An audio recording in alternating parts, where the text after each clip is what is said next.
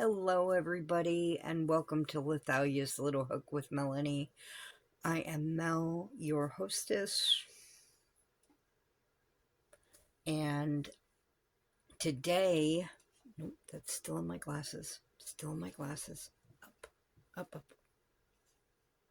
I thought I had it ready. Today, we are going to do a tag video.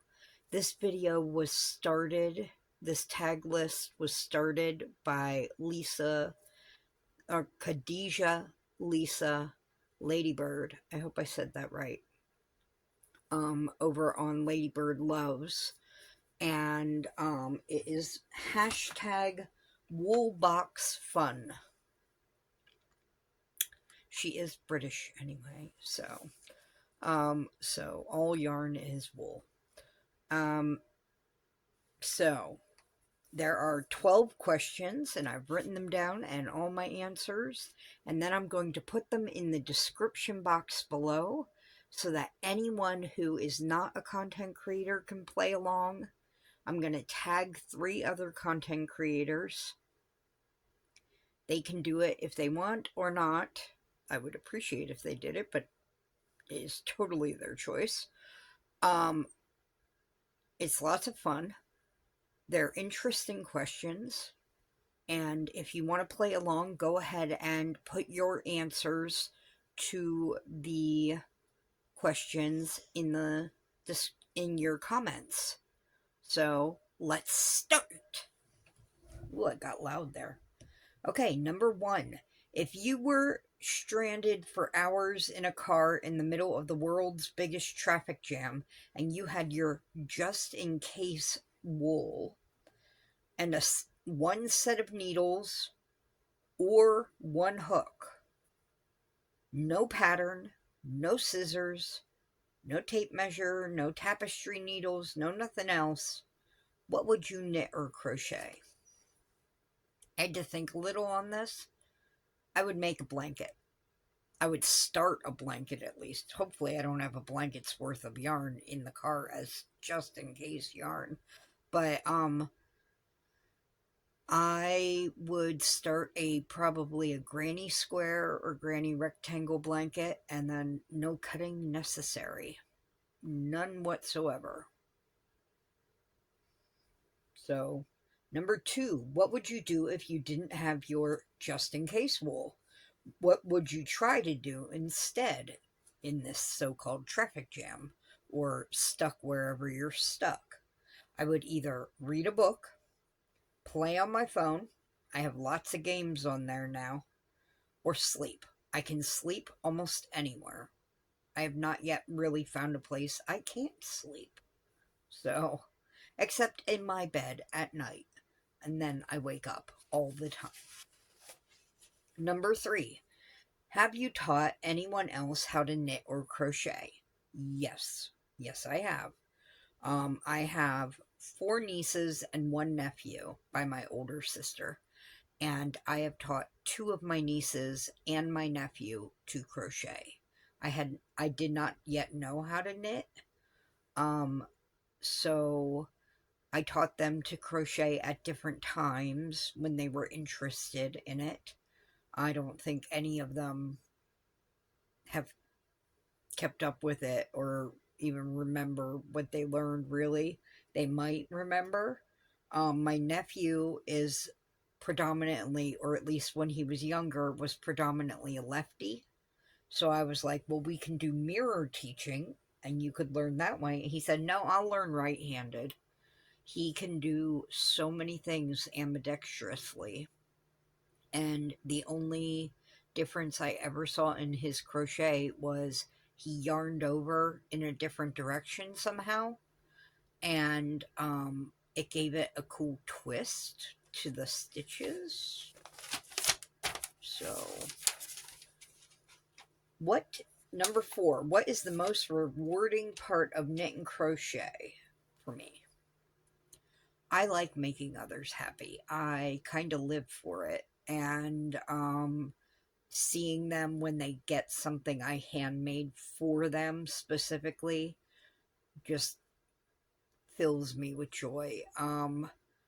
and also tackling patterns that look really intricate or seem above my level, but being able to figure them out and tackle them and make something beautiful.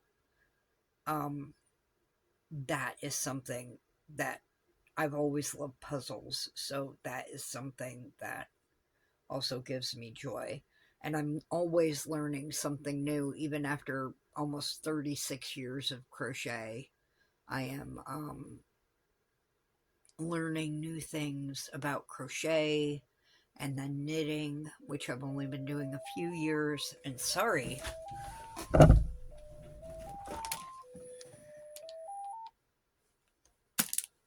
about that. But learning something new every day. So, number 5, what would you make next if you had unlimited wool? Um, there is a designer called Wiggle Sticks Design. And I have made, she makes all these mandala blankets, these beautiful ones, and I have one of her books because every so often she'll put them together in a book, a physical book, and, you know, three ring or spiral bound it and everything, and then sell them on Etsy, the books. Um, I have made 2 of her blankets, and they're challenging, but in a good way, and they're just gorgeous. And she has quite a few of them that I don't have. So, the patterns for and stuff. So, I think her name is Nikki Chapin. I'm not sure. I haven't been in the group in a while. I was in her Facebook group, but I haven't been in it in a while, but I think that's her name. But Wiggle Sticks Design, it'll be down in the description box with a link to her Ravelry store. And I might as well do the Etsy store too. I always forget the Etsy store. What was the most difficult thing to learn with knitting and crochet? Well, with knitting, it was holding my hands differently, like the movements. And for the first week, I was so sore, my grip and, you know, my wrists from doing this, um and also the pull through without the hook, because, you know, you do 30 some years of crochet with a hook to assist on the pull through, and then you just get this tapered stick and you're like, I don't know about that. But no, I figured it out. And now I'm sort of trying, I'm not actively, but I have been trying different Tunisian patterns, and I would love to learn more stitches, but like remembering which stitch is which and how to do it is really fogging my brain. Number 7, first thing I ever knitted or crocheted. I've made a scarf. It was a very bad scarf. I was 10. My mother taught me to crochet, and she did not teach me the chain one at the end of the scarf. So it kind of went, you know, it came to a point almost. And I was like, what is going on? She kept it. I don't know what she did with it. And knit, I made washcloths first because I knew cast on, knit, purl, and bind off. So I could make rectangular things and square things as long as they were flat. I also made an illusion um, scarf for my niece. It took me 2 years, but I made it, and it's when you look at it straight on, it's just silver and green stripes. When you lay it flat and look at it from an angle, you can see the Death Eater's dark mark in it from Harry Potter. So it's Slytherin colors, and has the dark mark in it on both sides of the, like that would hang here. I will insert a picture like over here. move my head over here. So, yeah, that was challenging. And since I only knew knit, purl, bind, cast on, and bind off, you know, why not do color work, right? I don't take things easy. Number 8, strangest place you have ever knitted and crocheted. Do not judge me. Do not judge me. I know you won't. You're gonna laugh instead. In the bathtub. While having a bath. Not like in an empty bathtub. For any weird reason. In the bath. I was in a very anxious part of my life. And I could not sit still.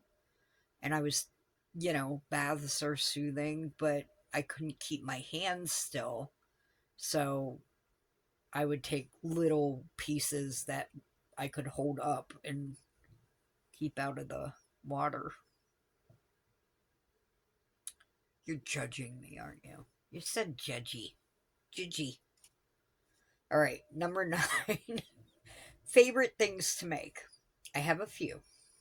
I love hats, baby blankets, shawls, and I love them because I love the ones with texture and interest and lots of, different stitches and that kind of thing.